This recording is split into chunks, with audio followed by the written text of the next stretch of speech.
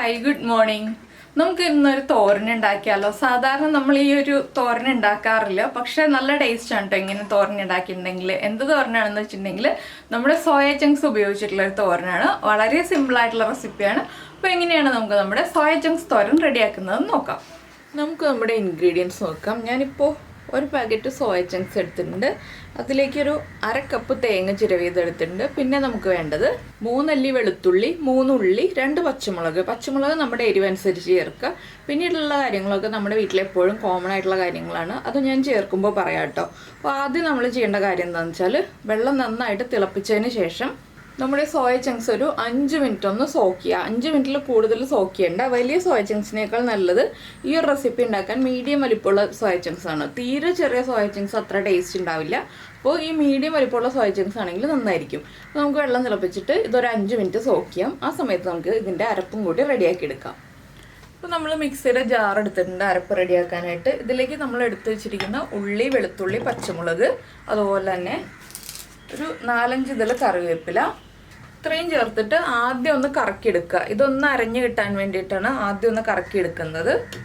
ഇപ്പോൾ നമ്മുടെ ഉള്ളിയൊക്കെ ഒന്ന് അരഞ്ഞു കിട്ടിയിട്ടുണ്ട്. ഇതിലേക്ക് നമുക്ക് തേങ്ങ ചേർക്കാം. അതുപോലെ തന്നെ നിങ്ങളുടെ കയ്യിൽ ജീരകപ്പൊടി ഇല്ലയെന്നുണ്ടെങ്കിൽ ആദ്യം നമ്മൾ ഉള്ളിയും വെളുത്തുള്ളിയൊക്കെ ചേർക്കുമ്പോൾ ജീരകം ഒരു 1/4 ടീസ്പൂൺ ചേർക്കുക. എൻ്റെ കയ്യിൽ ജീരകം പൊടിച്ചതുള്ളതുകൊണ്ട് ഞാൻ 1/4 ടീസ്പൂൺ ജീരക പൊടിയാണ് കേട്ടോ ചേർക്കുന്നത്, നമ്മുടെ നല്ല ജീരകം പൊടിച്ചത്.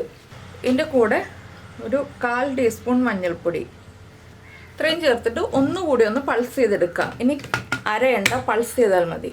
ഇപ്പോൾ നമ്മുടെ അരപ്പ് റെഡി ആയിട്ടുണ്ട്. ഇപ്പോൾ നമ്മൾ സോയ ചങ്ക്സ് വെള്ളത്തിലിട്ട് വെച്ചിട്ട് 5 മിനിറ്റ് ആയി. ഇനി നമുക്ക് സോയ ചങ്ക്സ് നന്നായിട്ട് കഴുകി പിഴിഞ്ഞെടുത്തിട്ട് അടുത്ത പ്രോസസ്സിലേക്ക് കടക്കാം.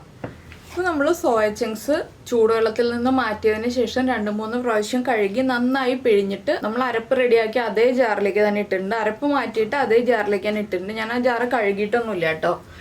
ഈ സോയ ചങ്ക്സിൻ്റെ കൂടെ ഒരു 1/2 ടീസ്പൂൺ മഞ്ഞൾപ്പൊടി ചേർക്കുന്നുണ്ട്. ഇനി ഇതും നമുക്കൊന്ന് പൾസ് ചെയ്തെടുക്കാം. അരച്ചെടുക്കരുത്, പൾസ് ചെയ്തെടുക്കാനേ പാടുള്ളൂ. ഒട്ടും അരഞ്ഞു പോരുത് കേട്ടോ, അത് പ്രത്യേകം ശ്രദ്ധിക്കാം. ഇതാ സോയ ചങ്ക്സ് നമ്മളിപ്പോൾ പൾസ് ചെയ്തെടുത്തിട്ടുണ്ട്. വലിയ പീസുകളുണ്ട്, ചെറിയ പീസുകളുണ്ട്. ഇത്രയുള്ള പീസുകൾ വേണം. ഇനി നമുക്ക് തോരൻ റെഡിയാക്കി എടുക്കാം. ഞാനിപ്പോൾ പാൻ ചൂടായപ്പോൾ കുറച്ച് വെളിച്ചെണ്ണ ഒഴിക്കുന്നുണ്ട്. വെളിച്ചെണ്ണ ഒന്ന് ചൂടായി വരട്ടെ. ഇപ്പോൾ നമ്മുടെ വെളിച്ചെണ്ണ ചൂടായിട്ടുണ്ട്. നമുക്കിതിലേക്ക് ഒരു 1/2 ടീസ്പൂൺ കടുക് ചേർത്ത് കൊടുക്കാം. കടുക് ഒന്ന് പൊട്ടി തുടങ്ങട്ടെ.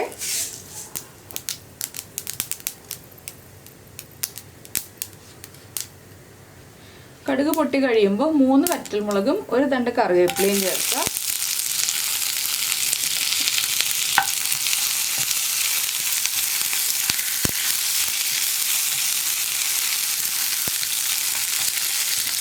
ഇതിലേക്ക് നമുക്ക് സോയ ചങ്ക്സ് ചേർത്ത് കൊടുക്കാം. അപ്പോൾ സോയ ചങ്ക്സ് നമ്മൾ മിക്സിയിലൊന്ന് പൾസ് ചെയ്തെടുക്കുമ്പോൾ ഉപ്പ് ചേർക്കണമായിരുന്നു കേട്ടോ. ഞാനത് പറയാൻ വിട്ടുപോയി. സോയ ചങ്ക്സിൽ ഒരുപോലെ ഉപ്പാവാൻ വേണ്ടിയിട്ടാണ് ഉപ്പ് ചേർക്കണം എന്നുള്ളത്. ഞാനത് പറയാനും വിട്ടുപോയി, ചേർക്കാനും വിട്ടുപോയി. ഞാനിപ്പോഴാണ് ഉപ്പ് ചേർക്കാൻ പോകുന്നത്.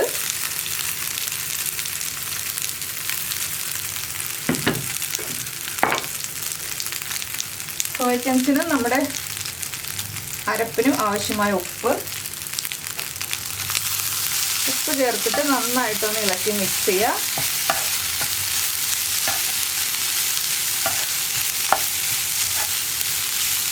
ഇത് ചെറിയ ബർണറിൽ വെച്ച് കുക്ക് ചെയ്യേണ്ട കാര്യമാണ്, വലിയ ബർണറിൽ വെച്ച് കുക്ക് ചെയ്യരുത്.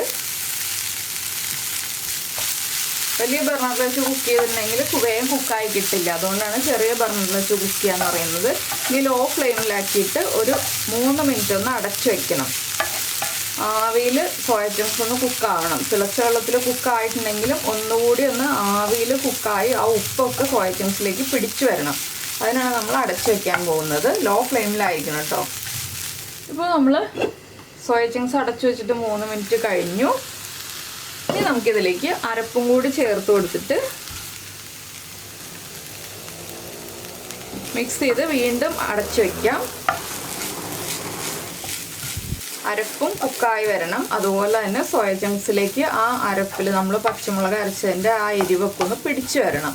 വളരെ സിമ്പിളായിട്ടുള്ള തോരനാണ്, അധികം ബുദ്ധിമുട്ടില്ല. വെജിറ്റേറിയൻസിന് നോൺ വെജ് തോരൻ കഴിക്കുന്ന പോലെ കഴിക്കാൻ പറ്റിയൊരു തോരനാണിത്. അപ്പോൾ നിങ്ങൾക്ക് ഈ റെസിപ്പി ഇഷ്ടമായി എന്നുണ്ടെങ്കിൽ നമ്മുടെ വീഡിയോയുടെ താഴെ ഒന്ന് ഉറപ്പായിട്ടും കമൻറ്റ് ചെയ്യണം കേട്ടോ. പിന്നെ നിങ്ങളിങ്ങനെ ഈ സോയ ചങ്ക്സ് തോരൻ ഉണ്ടാക്കാറുണ്ടോ ഇല്ലയോ എന്നുള്ളതും കൂടി ഒന്ന് കമൻറ്റ് ചെയ്യണേ. വളരെ സിമ്പിളായിട്ട് തോന്നുന്നില്ലേ കണ്ടിട്ട്? പിന്നെ വെളുത്തുള്ളി ചേർക്കാൻ മറന്നു പോയത്. ഇങ്ങനെയുള്ള റെസിപ്പികളിലൊക്കെ വെളുത്തുള്ളി ചേർക്കണം. അപ്പോഴാണ് ആ നോൺ വെജ് തോരനിൽ നമ്മൾ വെളുത്തുള്ളി ചേർത്തല്ലേ ഉണ്ടാക്കുക. ബീഫ് തോരൻ, ചിക്കൻ തോരനൊക്കെ ഉണ്ടാക്കുമ്പോൾ നമ്മൾ വെളുത്തുള്ളി ചേർത്തിട്ടല്ലേ ഉണ്ടാക്കുക. ആ ഒരു ടേസ്റ്റ് കിട്ടണം എന്നുണ്ടെങ്കിൽ നമ്മൾ വെളുത്തുള്ളി ചേർത്തിട്ട് തന്നെ ഉണ്ടാക്കണം. ഇനി ഞാനിത് ഒരുമിച്ചാക്കിയിട്ട് വീണ്ടും ലോ ഫ്ലെയിമിൽ ഒരു 2 മിനിറ്റും കൂടെ അടച്ചു വയ്ക്കുകയാണ്. അപ്പോൾ നമ്മൾ 2 മിനിറ്റും കൂടെ അടച്ചു വെച്ച് കഴിഞ്ഞിട്ട് വേണം ഉപ്പൊക്കെ ചെക്ക് ചെയ്യാൻ. തേങ്ങയിലേക്കൊക്കെ ഉപ്പ് പിടിച്ചു കഴിഞ്ഞിട്ട് നമുക്ക് ഉപ്പൊക്കെ ചെക്ക് ചെയ്യാം. ഇപ്പോൾ നമ്മൾ അരപ്പും കൂടി ചേർത്ത് അടച്ചു വെച്ചിട്ട് ഒരു 2 മിനിറ്റ് ആയി. അരപ്പൊക്കെ കുക്കായിട്ടുണ്ട്, നന്നായിട്ട് ആവി വരുന്നുണ്ട്. ഇനി നമുക്ക് ഇളക്കി മിക്സ് ചെയ്തിട്ട് ഉപ്പ് ചെക്ക് ചെയ്തതിന് ശേഷം ഉപയോഗിക്കാവുന്നതേ ഉള്ളൂ. ചോറിൻ്റെ കൂടെ ചേർത്ത് കഴിച്ചാൽ നല്ല ടേസ്റ്റാണ്. ഇത്രയേ ഉള്ളൂ നമ്മുടെ സോയ ചങ്ക്സ് തോരൻ്റെ പരിപാടി. സോയ ചങ്ക്സ് അരിഞ്ഞു പോയിട്ടുണ്ടെങ്കിൽ ടേസ്റ്റ് ഉണ്ടാവില്ല, അത് ഞാൻ പറഞ്ഞല്ലോ. അത് മാത്രം നമ്മൾ പ്രത്യേകം ശ്രദ്ധിക്കുക. ഞാൻ ഫ്ലെയിം ഓഫ് ചെയ്യാണ്. അപ്പോൾ നിങ്ങൾക്ക് ഈ റെസിപ്പി സിമ്പിളായിട്ട് തോന്നിയോ ഇല്ലയോ എന്നുള്ളത് കമൻറ്റ് ചെയ്യുക. അതുപോലെ സിമ്പിളായിട്ട് തോന്നിയെന്നുണ്ടെങ്കിൽ ഒന്ന് ലൈക്ക് ചെയ്യുക. പിന്നെ നമ്മുടെ ചാനൽ ആദ്യമായിട്ട് കാണുകയാണെങ്കിൽ നമ്മുടെ വീഡിയോ പ്രസൻറ്റ് ചെയ്ത രീതിയൊക്കെ ഇഷ്ടമായി എന്നുണ്ടെങ്കിൽ ഒന്ന് സബ്സ്ക്രൈബ് ചെയ്ത് സപ്പോർട്ട് ചെയ്യണേ. അപ്പോൾ നമുക്ക് നമ്മുടെ അടുത്ത റെസിപ്പിയുമായിട്ട് അടുത്ത ദിവസം വീണ്ടും കാണാം.